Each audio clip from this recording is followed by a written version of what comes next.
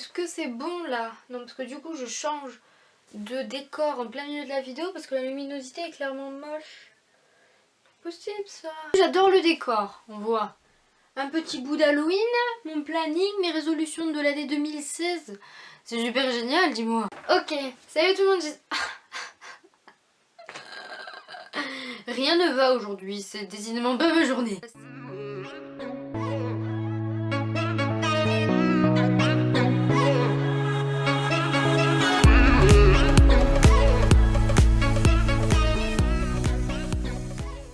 J'espère que vous allez bien aujourd'hui. Je vous retrouve dans un nouveau décor, oui, parce que la luminosité quand on filme à 11 h, elle est pas super top dans ma chambre. Du coup, je suis obligée de vous retrouver aujourd'hui avec un petit décor d'Halloween et ma porte garnie de mon planning scolaire ainsi que de mes résolutions 2016. Donc super, j'adore.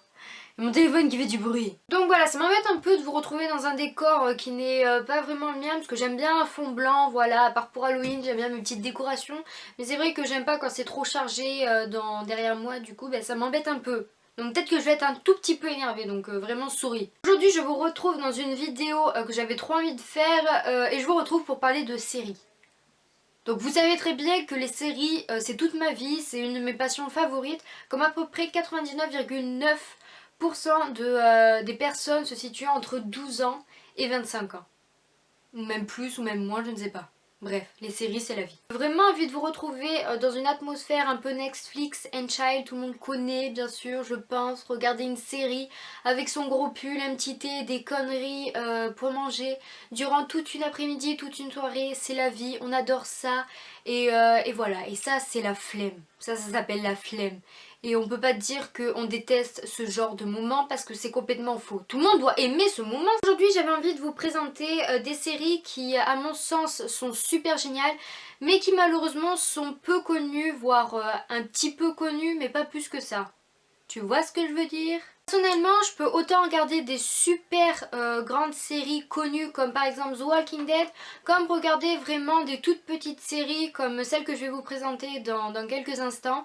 Et voilà, j'aime bien faire des découvertes, j'aime bien autant voir un peu ce que tout le monde aime regarder comme The Walking Dead. Voilà, c'est la meilleure référence que je peux vous faire parce que j'aime pas Game of Thrones. Je pense que la meilleure application en matière de séries, c'est l'application TV Show. Donc je sais pas du tout si vous connaissez cette application, mais elle commence à être connue et c'est vraiment la meilleure application pour regarder, pas pour regarder des séries, mais pour connaître de nouvelles séries, pour savoir où vous en êtes dans vos séries, suivre un peu des gens qui regardent différentes séries que les vôtres. Bref, c'est vraiment une application au top. Donc si vous ne connaissez pas cette application, franchement, il faut la télécharger. C'est un peu comme les gens qui ne regardent pas de séries, je vous comprends pas si vous n'avez pas cette application, vraiment. Donc là pour vous montrer, on est sur mon profil, donc on peut voir que ça fait exactement 23 jours et 10 heures que je regarde des séries.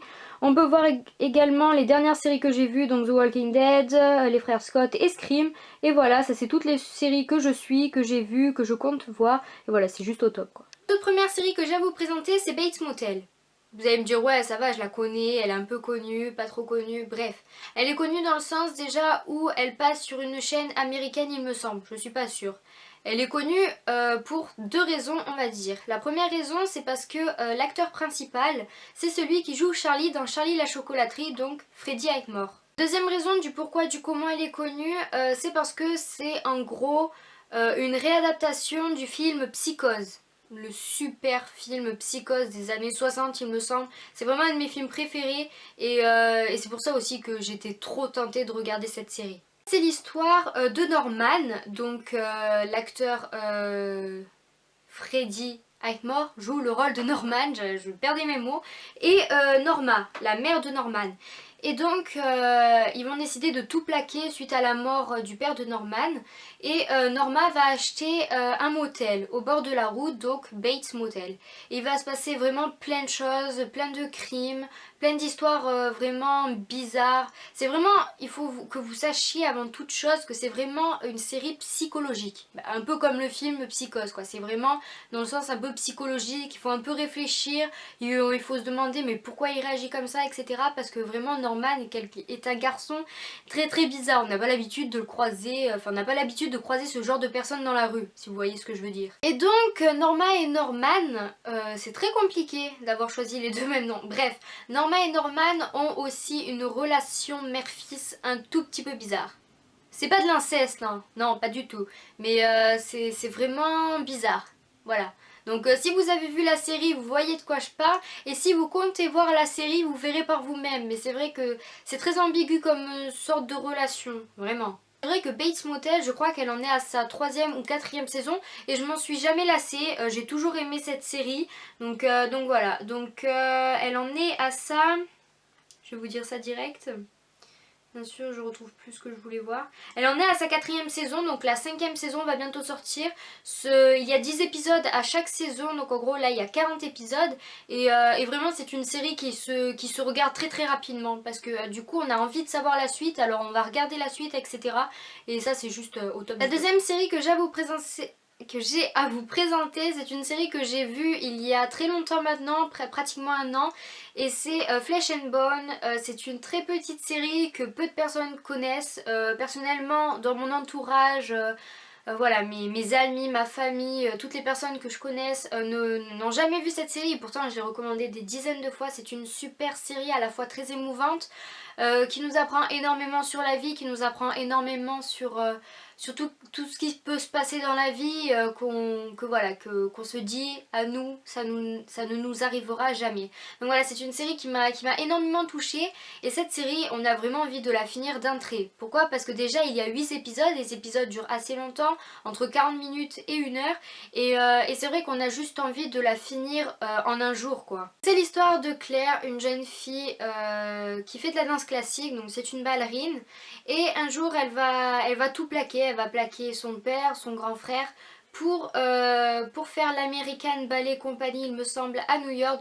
Donc c'est une grande école de danse classique. Voilà, et cette fille elle a un don mais incroyable, et elle va tout faire pour être danseuse classique professionnelle, et voilà, c'est juste magnifique. Je sais que certains n'aiment pas la danse, voilà, ils trouvent ça ridicule. Moi personnellement, c'est vrai que la danse c'est quelque chose que j'adore. J'ai toujours regardé tous les films de danse et Sexy Dance, je les connais par cœur.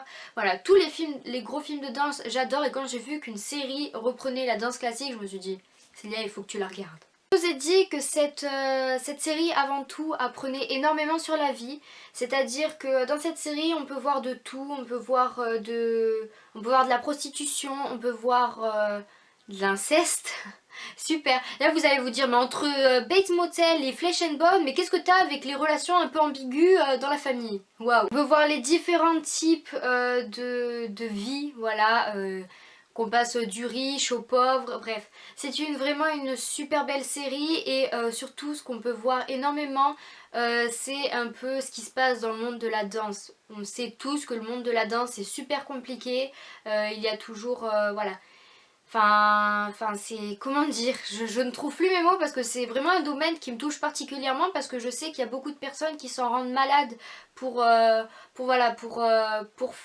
vivre de leur passion, tout simplement. Vraiment je comprends pas pourquoi cette série est si peu connue, parce que moi elle m'en a énormément appris, elle m'a vraiment fait ouvrir les yeux sur beaucoup de choses, et j'adore ce genre de série ou même ce genre de film, quand voilà je me dis ah ouais putain c'est vrai que j'ai pas une vie autant merdique que je l'affirme, quoi. Donc voilà, juste pour ça je voulais vraiment présenter cette série dans cette vidéo, parce que voilà, elle est super top, et je vous la recommande encore plus que toutes les autres séries que je vais vous présenter dans cette vidéo. La troisième que j'ai... Putain, mais j'arrive mieux à main les Amazones. La troisième série que j'ai à vous présenter, c'est une série qui est devenue plus connue il y a quelques temps maintenant, puisqu'elle est passée sur TF1. Donc c'est la série Blind Spot. Moi personnellement, j'ai commencé à la regarder l'année précédente, enfin non, on est toujours en 2016, Célia, mais j'ai commencé à la regarder vers avril-mai, et c'est vrai que j'ai énormément accroché pour cette série, alors que j'ai absolument pas l'habitude de regarder des séries policières. C'est l'histoire d'une jeune femme se prénommant Jane Doe qui se retrouve dans une boîte toute nue, enfermés sur Times Square et donc là on va évacuer toutes les personnes autour de Times Square pour pouvoir analyser ce qu'il y a dans la boîte, parce qu'on peut se dire il y a peut-être une bombe, on ne sait jamais, etc. Et en fait une femme sort, donc Jane Doe, et là on se dit mais ouais, mais qu'est-ce qu'elle a, etc. Et il s'avérait que cette femme est amnésique, elle est recouverte entièrement de la tête aux pieds de tatouages, et ces tatouages représentent à chaque fois un crime. Et donc comme je l'ai dit, elle est amnésique, donc à la base elle ne sait pas comment elle s'appelle, elle ne sait pas qu'est-ce qui lui est arrivé, son passé, etc. Elle ne sait pas qui est sa famille, voilà, bref, il va y avoir vraiment toutes sortes d'enquêtes autour de cette jeune femme et autour de ses tatouages, parce que ces tatouages, comme je l'ai dit, représentent un crime dans les États-Unis entièrement. Et donc voilà, il va y avoir vraiment une histoire autour de cette jeune femme, parce que cette jeune femme, elle est vraiment fondamentale à cette série. Donc voilà, c'est vraiment une super belle série. Donc elle n'était pas connue avant qu'elle passe sur TF1, et quand j'ai vu qu'elle commençait à passer sur TF1, je vais ah d'accord, ok. Pour l'instant une toute petite série, elle n'a que 2 saisons, voilà, c'est le commencement on va dire. Il y a plusieurs épisodes, dans la première saison il y a 23 épisodes, et dans la deuxième pour l'instant il n'y en a que 9, mais j'ai vu que voilà, c'est en production, donc voilà, ça va arriver. Pour finir, la dernière série que j'ai à vous présenter, c'est la série Between. Donc c'est une série que j'ai connue grâce à TV shows comme Blind Spot, comme Bates Motel et aussi comme Flesh and Bone, donc merci TV show. Et c'est une super série que j'ai regardée cet été il me semble, et que j'ai adoré, vraiment il n'y a pas d'autre mot.